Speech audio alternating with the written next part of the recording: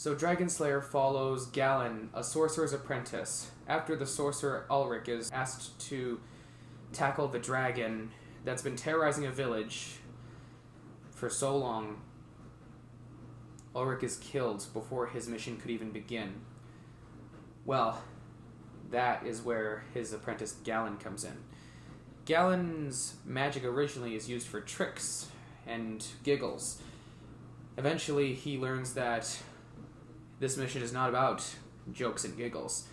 This mission has to be taken seriously, and he must act fast. So, he finds a little bit of help, thanks to a new group of friends, and he ends up coming across the village that is terrorized by this fire-breathing dragon. The film is a build to this dragon. We only see bits and pieces of the dragon. For instance, we see his wing or his tail and his claws, but we don't see the full dragon. We don't see the whole 9 yards, as my supervisor once said. So, that is a bit of a build. And during that build, we get to know who Galen is, we get to know his new friends, we get to know some of the people in the village, some of the weapons that he uses. And I have to say, if you are a fan of Lord of the Rings and Game of Thrones, you're going to love this movie. It was ahead of its time. It was ahead by 20 years. This movie came out 20 years before The Fellowship of the Ring. And the acting was fantastic.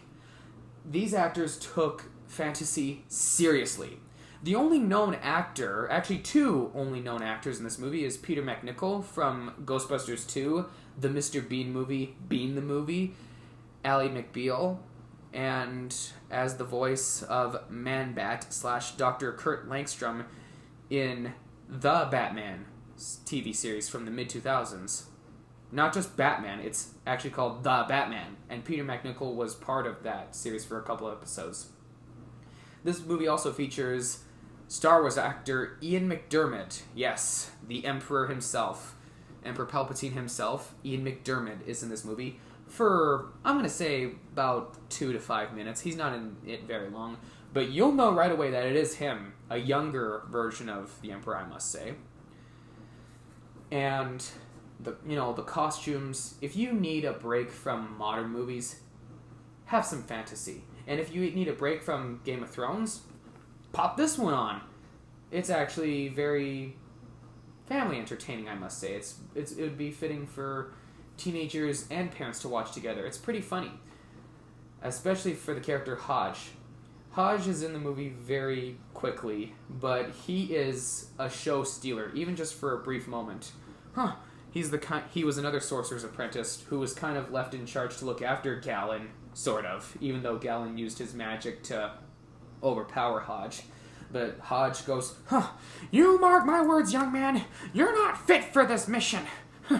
And your master Ulrich, I've done everything I could, and he's not." He's just your typical relief character for a fantasy movie. But when that dragon arrives, oh my goodness, okay. When that dragon arrives, we only see bits and pieces of the dragon, like I said, but when you do see that dragon, I saw it for the first time. My friend and I had to pause the movie, and we had to kind of take it all in, because it was that realistic looking. This is the early 80s we're talking about, not the early 2000s, late 90s, mid 2000s, and all the animatronic, all the computer animation. This is animatronic. This is legit animatronic. So it looks more realistic. You can tell how much time and effort was put into making that dragon. It was the most realistic looking dragon I'd ever seen. We paused it and we just looked at each other. That is a dragon.